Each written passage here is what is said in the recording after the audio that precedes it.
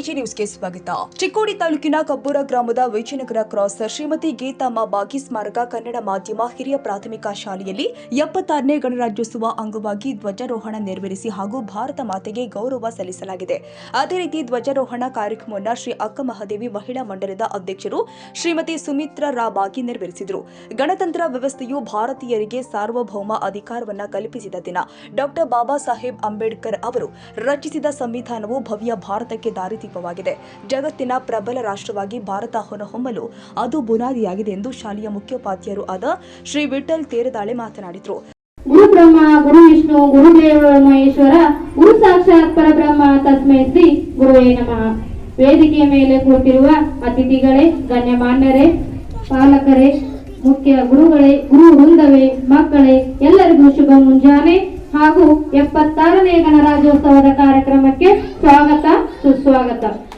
ಇಂದು ಜನವರಿ 26 ಅಂದರೆ ನಮ್ಮ ದೇಶಕ್ಕೆ ಲಿಖಿತ ಸಂವಿಧಾನ ತಂದುಕೊಟ್ಟ ದಿನ, ಅಂದರೆ ಪ್ರಜಾರಾಜ್ಯ ದಿನ. ಪ್ರಜೆಗಳಿಂದ ಪ್ರಜೆಗಳಿಗಾಗಿ ಪ್ರಜೆಗಳಿಗೋಸ್ಕರ ಎಣಿಸಲ್ಪಟ್ಟ ಸರ್ಕಾರವೇ ಪ್ರಜಾ ಸರ್ಕಾರ.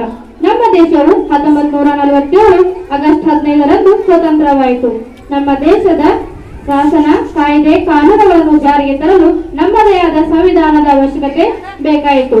ಜನವರಿ 26, 1950ರಂದು ಸಂವಿಧಾನವನ್ನು ಜಾರಿಗೊಳಿಸಲಾಯಿತು. ಸಂವಿಧಾನ ಭಾರತವನ್ನು ಗಣರಾಜ್ಯವೆಂದು ಘೋಷಣೆ ಮಾಡಿತು.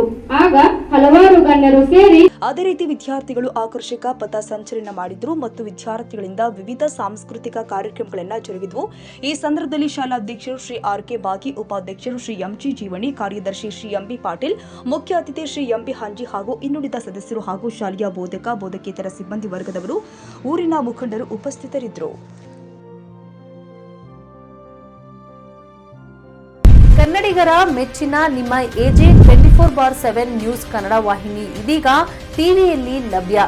ವೇಳೆ ನೋಟಿಸ್ ಕೊಟ್ಟಿದ್ರೆ ವಾಪಸ್ ತಗೋತೀವಿ. ಇವತ್ತು ವಕ್ಫ್ ಪ್ರಾಪರ್ಟಿ ಅಂತೇಳಿ ಬರ್ತದೆ ಅಂತ ಹೇಳಿದ್ರೆ ರೈತರು ಬೀದಿಗೆ ಬಂದ್ರೆ ಏನ್ ಮಾಡ್ಬೇಕಾಗತ್ತೆ? ಯಾರು ವೋಟ್ ಹಾಕಿಲ್ಲ ಅಂದ್ರೆ ಗ್ಯಾರಂಟಿನೆಲ್ಲ ಸ್ಟಾಪ್ ಮಾಡ್ಬಿಡ್ತೀವಿ.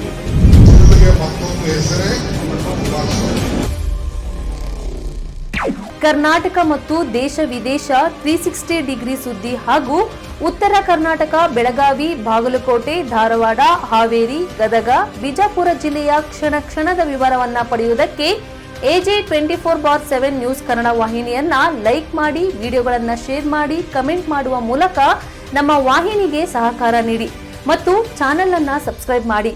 ಧನ್ಯವಾದಗಳು.